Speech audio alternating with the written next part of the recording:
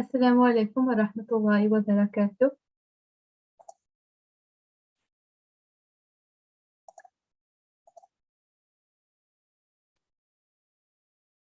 Sorry for the short delay, we'll be starting soon.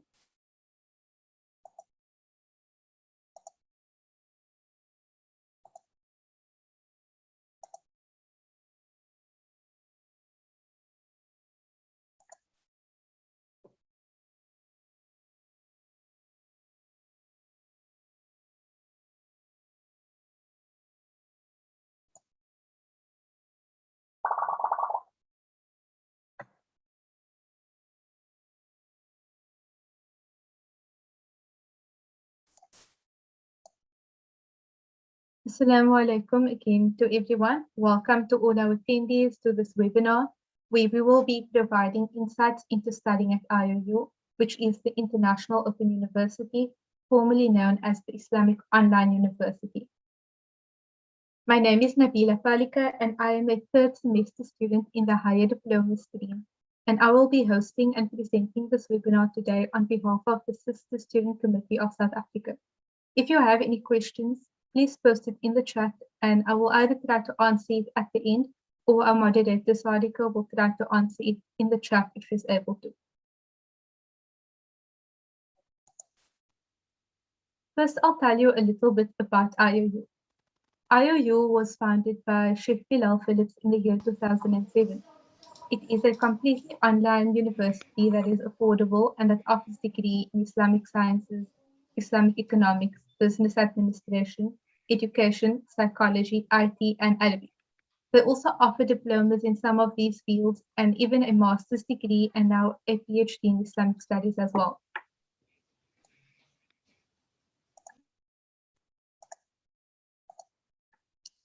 So I'm going to give you guys a little snippet of what you can learn in your first semester studying Islamic sciences at IOU.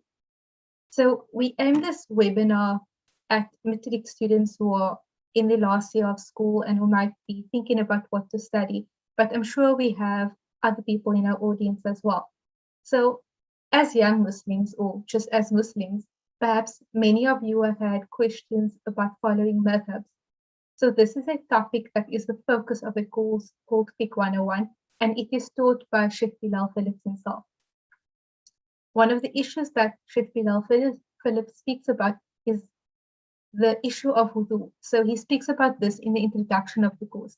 And he speaks specifically about the fact that some actions are considered to break the wudu in one madhab and not the other.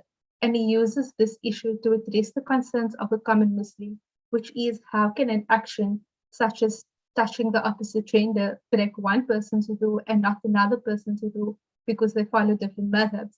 You know, this is like a contradiction which can be puzzling for Muslims because how can something be haram and permissible at the same time? And I'm sure many of you have wondered, why should you follow one madhab, or do you have to follow one madhab? And why is it that, for example, if you follow the Shafi madhab, like where I come from, most people follow the Shafi madhab. And then when you are going on Hajj, you are told like, when you take wudu, you should just take wudu the Hanafi way. So like temporarily you follow the Hanafi madhab, so that if you accidentally touch somebody of the opposite gender while you're on Hajj, you don't need to take wudu again because it can be an inconvenience. But then when you come back to your city, you're told again, okay, now you're reverting back to the Shafi madhab. So this can be something that's quite puzzling for Muslims. So these types of issues are dealt with in this course. This course deals with the history of Islamic law, starting with the time of the revelation of the Quran, then the time of the Sahaba, and then the formation of the madhabs. And then you'll find out what occurred after the founders of the madhabs passed away and how these students carried on their madhabs. So this course will teach you about how the madhabs were formed, and you will learn about the other madhabs who are not part of the big four. So we all know the Shafi, Hanafi, Maliki, and Hanbali madhabs. But these were not the only four. There actually used to be more madhabs, and you will find out why they disappeared. You'll also learn whether or not you have to follow one strictly, whether it's okay to just blindly follow one, whether one is right and the others are wrong, or whether they are all right. You'll also learn how they actually derive the laws of Islam. by the end of this course, as a Muslim, you will, inshallah, understand the role that the madhabs play in Islam and how you, as a Muslim, can navigate differences of opinion in Islam. So I'm now going to give you my perspective of what makes IOU different and what I appreciate about it. So at IOU, firstly, there is a focus on studying Islam from authentic sources, that is the Quran and Sunnah. So you won't find that you have teachers and scholars telling you what's right and wrong and just telling you to accept it. Instead, they actually have evidence to back up their claim. So they will quote the verses of the Quran or certain hadith with the sources of the hadith. So inshallah, you'll gain an understanding of why we have to do certain things in Islam. And you will sometimes find that maybe one lecturer says something that slightly contradicts another lecturer, and you may question it. And the nice thing is you're allowed to question it. In fact, there's a platform for each course where you can actually ask the teaching assistant to explain any contradictions or confusions or anything like that. So this is a platform that I've used on many occasions, and the teaching assistants are very helpful. They don't just tell you that, you just have to listen and obey the lecturers. No, like they'll actually explain to you why the lecturer said certain things, and they'll give you the evidences as well. Secondly, the programs are very flexible. So there are no compulsory live classes for the vast majority of the courses. The lectures are pre-recorded and reused from previous years, so you can really watch it on your own time. So whether it's before Fajr or after Isha or 1 a.m. in the morning. There are module tests after each module and a midterm test, and all these tests are taken online. It's only the final exam where you actually have to write it at an exam center, and anybody can register an exam center, so you are not limited by the city you live in. And I'll also add that the exams and tests are multiple choice, which also makes things a little bit easier, and no negative marking with the multiple choice. So during the COVID pandemic, they've actually been quite nice about writing the final exam, and they've allowed students to take the final exam at home as well and not have to write it at an exam center. There's usually one assignment per course per semester, and this gives the student an opportunity to do research and to learn to reference Islamic sources as well. And it's very, very affordable. So, compared to other universities, it's quite affordable. And even if you feel like, you can't afford it, you can apply for scholarship as well. And I will speak a little later about the fees. And then finally, IOU has been an online university for over 10 years now. So the systems that they developed are excellent, and they have a very smooth online learning environment. So while many universities are still adapting to online learning, IOU already has a lot of experience. So, you will have a nice user interface on the IOU website, and it won't be like a hassle to be studying online. So why should you pursue Islamic knowledge? Perhaps you're not even sure yet that you want to study Islamic knowledge. Let's look at some of the reasons why you should. So firstly, we do it for the sake of Allah, to act upon the instruction of the Prophet ﷺ, who is reported to have said that seeking knowledge is an obligation upon every Muslim. So how does seeking knowledge actually make us better worshippers of Allah? Well, it increases our faith, and we learn what Allah has commanded and prohibited so that we can do what He has prescribed and what He loves and avoid what He prohibits. This knowledge is also a mercy for us, because if Allah had not revealed and preserved this religion, then we would be living largely according to our own desires and laws, and that can never be a recipe for a successful, stable life, even if it appears that way. And you'll also find that, in certain Muslim communities, people might not have enough knowledge or the correct knowledge, and sometimes cultural norms that are not good can take over. And so the only way to get rid of such things is to actually have Islamic knowledge. When you have Islamic knowledge, you can make positive changes. We also live in very confusing times, and There's so much fitna even between Muslims, unfortunately. And often people who don't have knowledge find themselves arguing with others about Islamic rulings, or they become confused because, perhaps one sheikh says that something is haram and another sheikh says that the same thing is permissible. And it could be something that really affects your life and you don't know who's right and who you should follow. For example, if all the madrasa teachers in your city told you that women can't go to university because there's men around, and then you find out that, in another city, the scholars say that it's okay, it's permissible for women to go to university. So you don't know now who should you follow. Should you follow the majority in your city, or is it okay for you to follow somebody else? But you wouldn't know who is correct if you don't have Islamic knowledge to be able to evaluate the evidences. Or perhaps as a Muslim living in a non-Muslim country, you often don't know how to do da'wah, or non-Muslims may ask you very controversial questions and you don't know how to answer. Or perhaps you are working in the financial sector and you don't know which transactions are permissible, and you might not even know whether your job and whether your income is even permissible. So I personally had many questions about Islamic rulings, and I came across like many confusing statements from different scholars. And, I was one of those people who would maybe go to the internet and try to find out what various scholars said about an issue. But I found that, you can't really get proper knowledge by using the internet. You might learn a little things by listening to various scholars, but you really have to dedicate time to studying the religion properly in order to gain proper knowledge. So, what's the solution to this? The solution is to actually study Islam. So, you go and you study the religion, you learn sincerely for the sake of Allah, and you try to apply what you have learned. You'll find then that you are able to make a more informed decision about which scholars' rulings to follow. So, you can actually examine each scholar's evidences and use your knowledge of Islamic law to determine which one you think is more correct. So when someone claims that Islam says something or that the Prophet ﷺ said something, you can actually go and verify. You will now also be able to answer people's questions about Islam a little better, and your own faith will grow.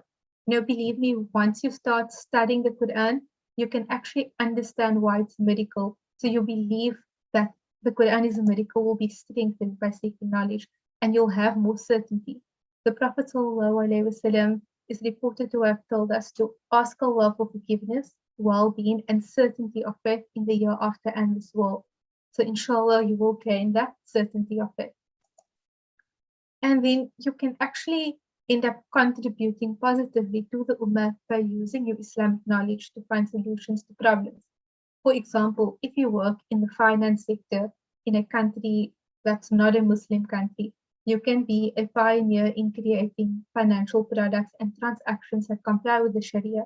Or you can someday sit on the Sharia boards of banks to ensure that Muslims have proper Islamic finance options. And don't underestimate the importance of that, because there are far too many of us who unknowingly or reluctantly end up getting involved in financial products that are prohibited in Islam. And the topic of riba is one that is really important, and it's actually dealt with in one of the courses at IOU in the Islamic Studies degree. We are, as Muslims in South Africa, very fortunate that we have so many large banks that offer Islamic finance, and we have a full Islamic bank as well. But this is only possible because we have scholars who made an effort to ensure that we have these products. And wouldn't it be great if you could be part of this group of scholars? Imagine the reward in facilitating permissible financial transactions for Muslims. And again, speaking from personal experience, I've learned so much in the past year, and it's really exciting to study the Quran and study the Sunnah and start to understand things better. I've learned things about this religion that I never knew before. Like, for example, I did not know that trading gold for gold of a different weight was considered riba. I didn't know that conventional insurance was considered haram.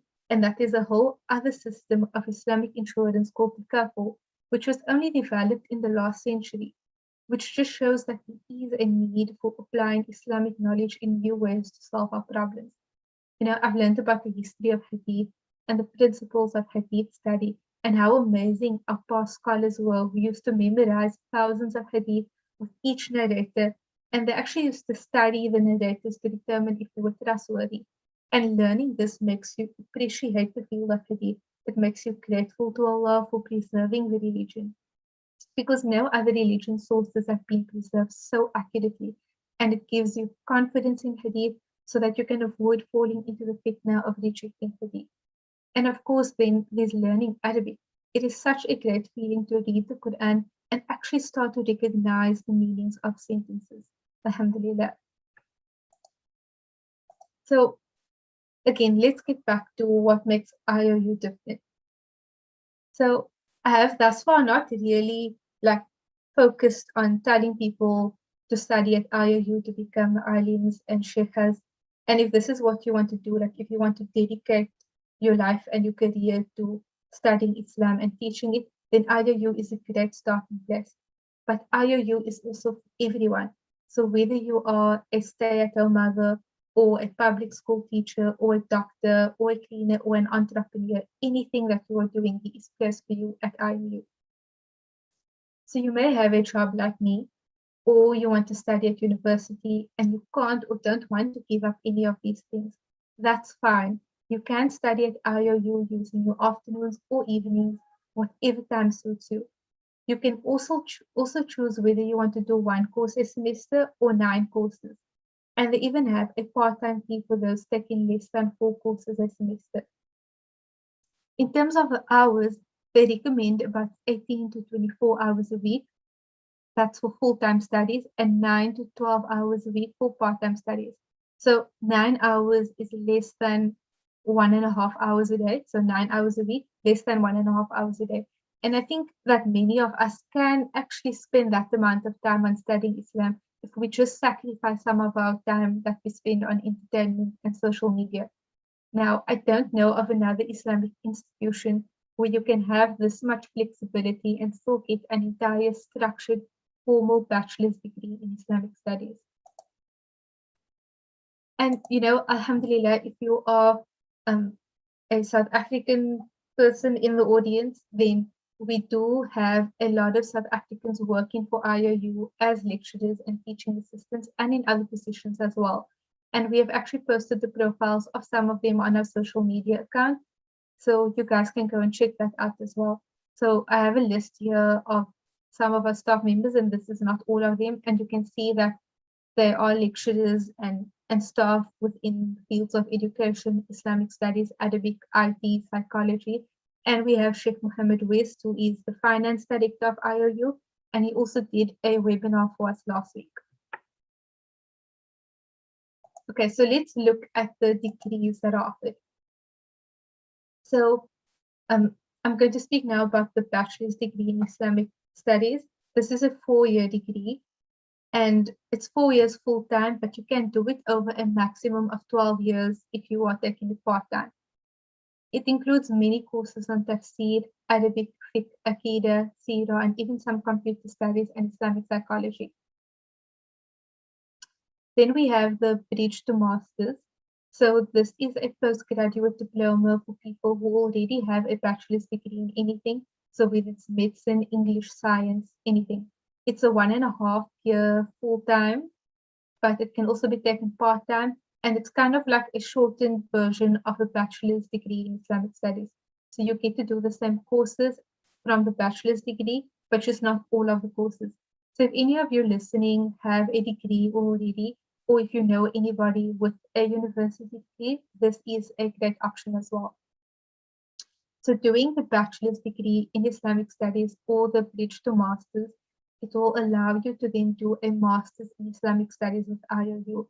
And after that, there is also a PhD available. Then I'll also tell you a little bit about the Islamic economics.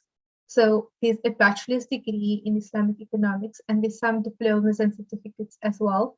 And this includes courses like the principles of accounting, Islamic management, Islamic finance, Islamic commercial law, as well as courses on hadith, fiqh, tafsir, and aqidah.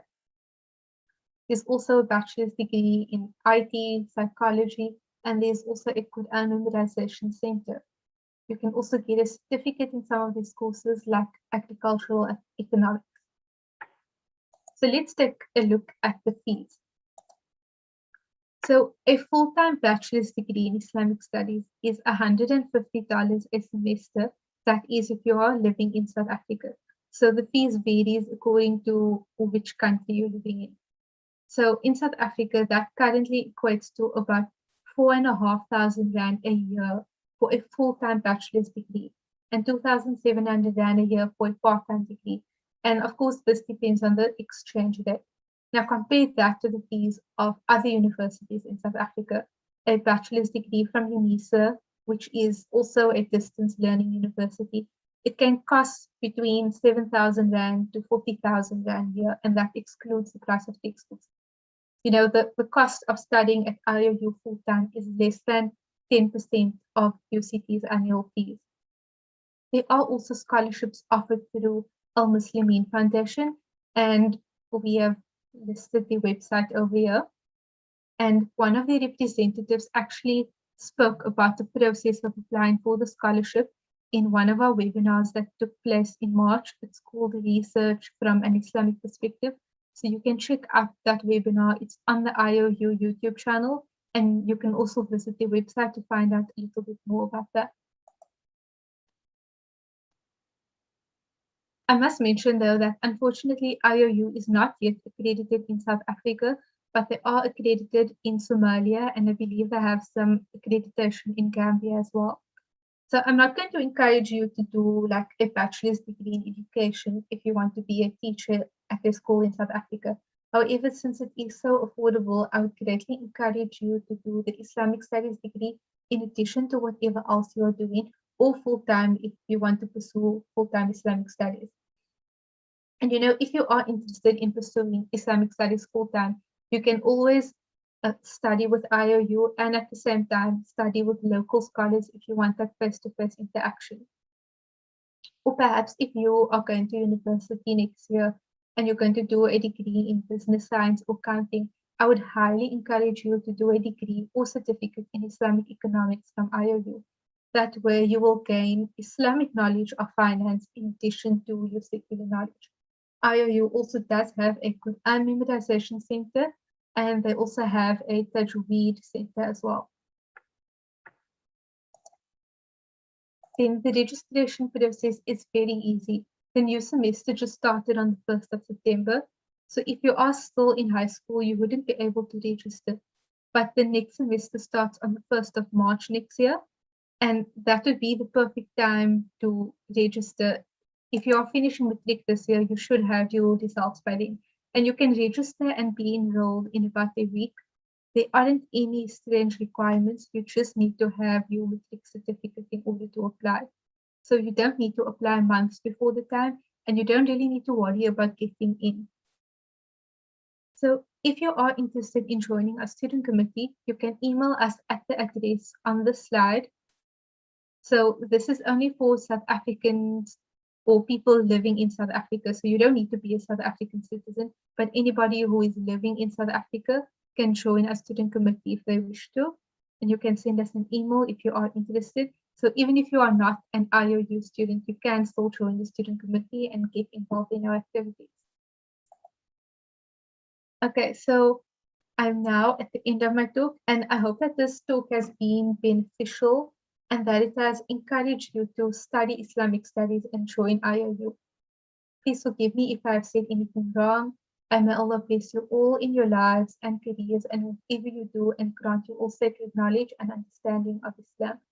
Jazakallah khair. I will now be taking any questions for the next few minutes.